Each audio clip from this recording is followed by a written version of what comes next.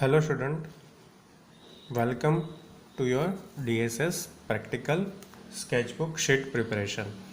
Okay, તો આપણે sketch વિશે આજે આપણે એક વિડીયો જોવાનો છે કે તમે કઈ રીતે તમારી સ્કેચ બનાવી શકો છો. તો આ સેશનની અંદર આપણે જે સ્કેચ જોવાની છે એનું નામ છે બીમ ટુ બીમ કનેક્શન. તમારી જે સ્કેચ નંબર 3 છે એ જોવાની છે આપણે. Sketch number 3 beam to beam connection, beam to beam connection. Okay, તો બીમ ટુ બીમ કનેક્શનની અંદર અલગ અલગ જે છે એ ટાઈપ હોય છે. એમાં પહેલો ટાઈપ જે છે એ છે બોલ્ટેડ કનેક્શન અને બીજો છે વેલ્ડેડ કનેક્શન.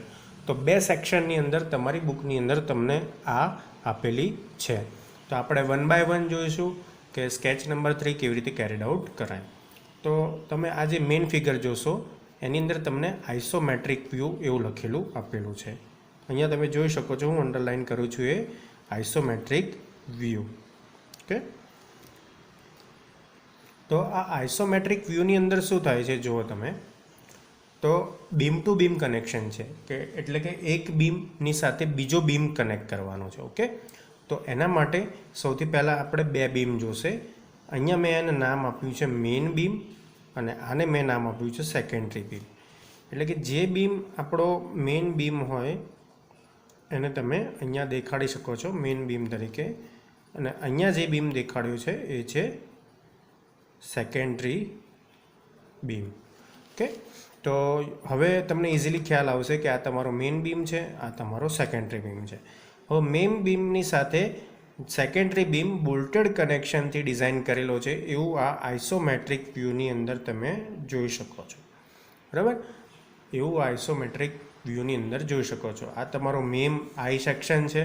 હવે આ જે સેક્શન જે છે એ પણ ડિપેન્ડ કરે છે કે તમે કયો બીમ લીધો છે. જનરલી આપણે આઈ બીમના સેક્શન લઈને બીમ ડિઝાઇન કરતા હોઈએ છીએ. તો બીમની અંદર સ્ટીલ સેક્શનની વાત છે એટલે આપણે આઈ સેક્શન લઈએ છીએ. બરાબર, તો મેઇન બીમ છે તો એને આઈ શેપમાં આવી રીતે પહેલાં ડ્રો કર્યો મેં, અને આવી રીતે એને એક્સટેન્ડ કર્યો બંને સાઈડ.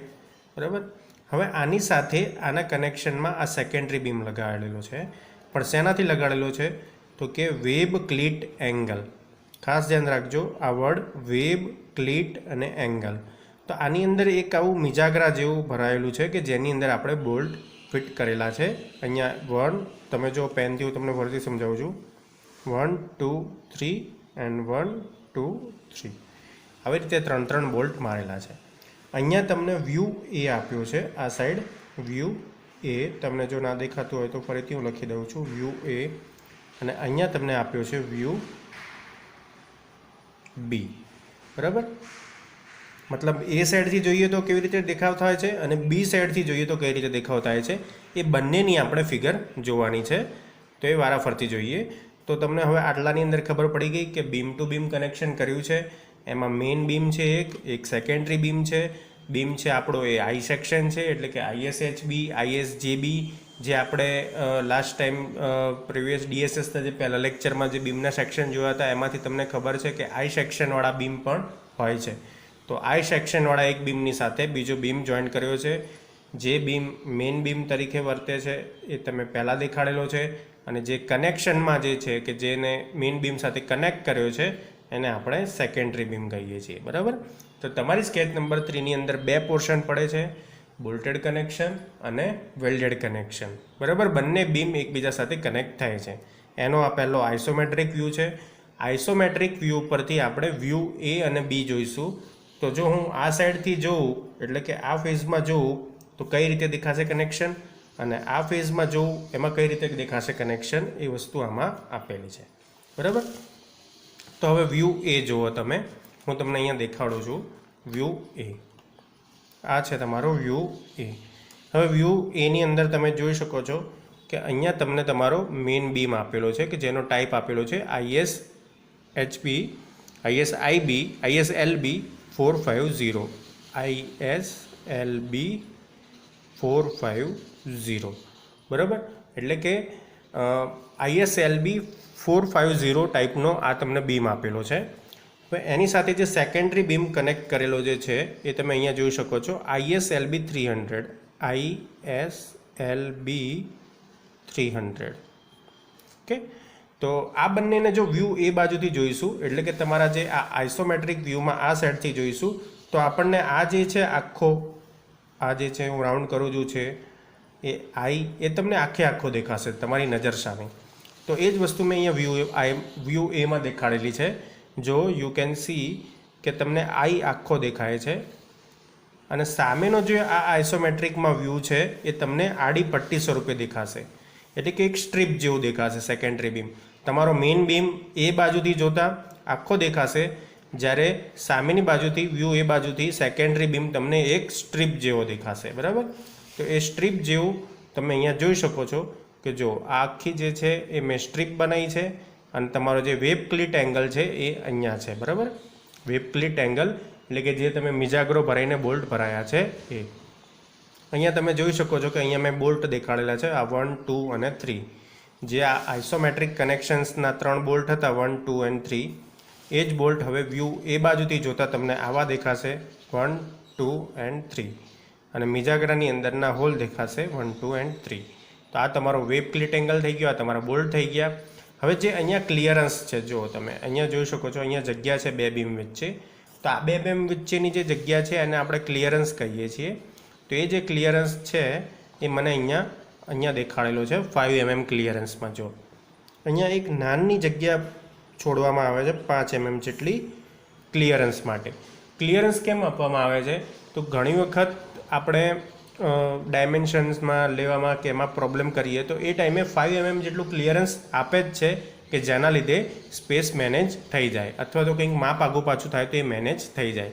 તો આ તમારો જે આઈ સેક્શનમાં આખો દેખાય છે એ તમારો મેઇન બીમ છે, અને આ જે સ્ટ્રીપ સ્વરૂપે દેખાય છે એ તમારું બીજો બીમ એટલે કે સેકન્ડરી બીમ છે.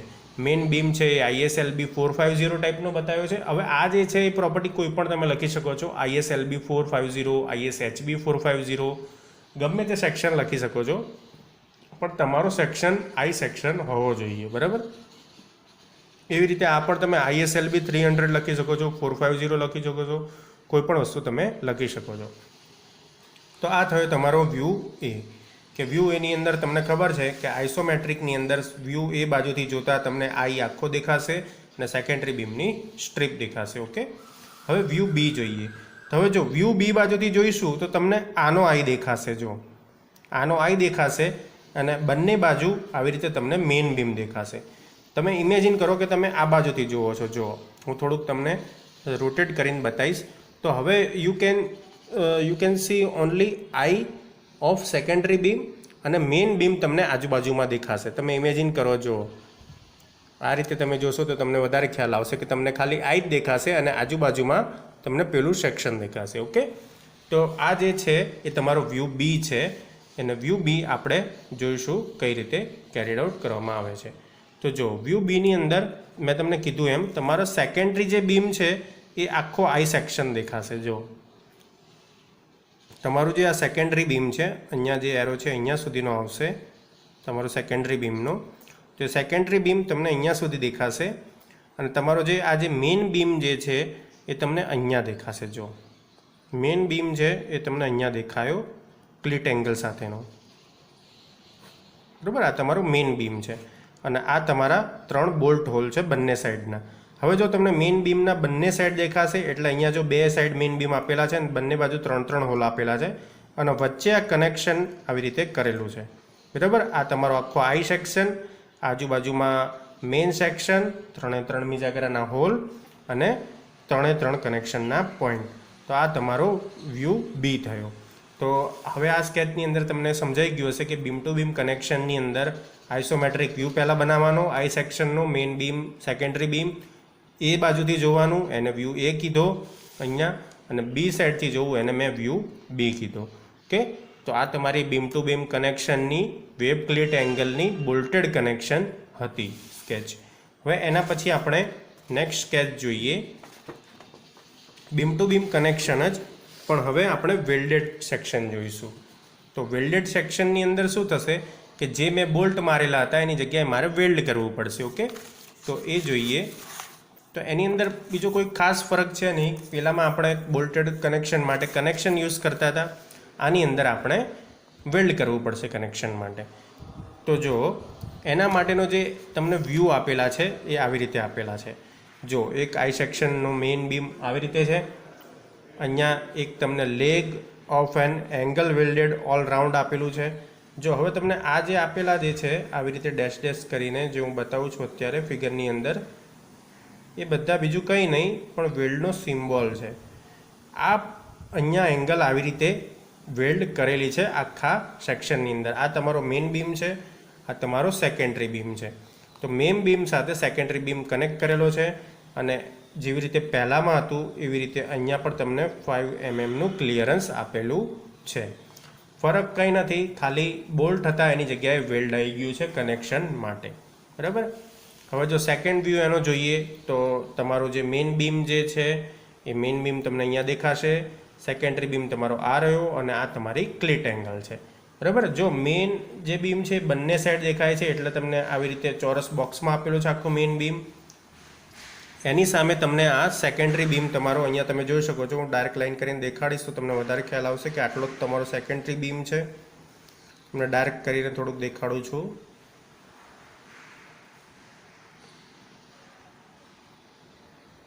તો આ જે પેનથી મેં ડ્રો કર્યો ફરીથી ઉપર એની ઉપર, એ મારો સેકન્ડરી બીમ બની ગયો. જો હવે તમે જોઈ શકો છો કે તમને સેકન્ડરી બીમ આઈ સેક્શન બ્લુ પોઈન્ટથી દેખાય છે એ છે. જ્યારે આ બાજુનો જે પેન્સિલવાળો પોર્શન જે છે એ આખો તમારો મેઇન બીમનો છે. એટલે મેઇન બીમ તમારો આ રીતે છે અને એની સાથે આઈ સેક્શન આમ કનેક્ટ કરેલો છે. અને હવે જો ક્લિટ એંગલની અંદર તમે આજુબાજુ આવી રીતે ડેશ ડેશ ડેશ એરા જોઈ શકો છો. તો આ એરા એ બીજું કંઈ નહીં, તમારો વેલ્ડનો સિમ્બોલ છે કે તમે આ જગ્યાએ વેલ્ડિંગ કરેલું છે. બરાબર. અને આ છે તમારી ક્લિટ એંગલ, એટલે કે જે એંગલને આપણે કનેક્ટ કરવા માટે યુઝ કરીએ છીએ અને આપણે ક્લિટ એંગલ કહીએ છીએ. Okay student. હવે નીચે જુઓ, તમને એક બીજું એક આપેલું છે, એની અંદર લખેલું છે પ્લાન. તો જો પ્લાનની અંદર બીજું કાંઈ નથી, જે આ વેબ ઓફ મેઇન બીમ છે. જો હવે આઈ સેક્શનની અંદર વેબ કોને કહેવાય અને ફ્લેન્જ કોને કહેવાય એ સમજી લઈએ. આ તમારી વેબ છે અને આ તમારી ફ્લેન્જ છે. તો આ આઈ સેક્શન જે છે, આઈ સેક્શન તમારો, એની અંદર જે આ બે જે છે ઉપર નીચેના ટોપ અને બોટમ, એને આપણે ફ્લેન્જ કહીએ છીએ.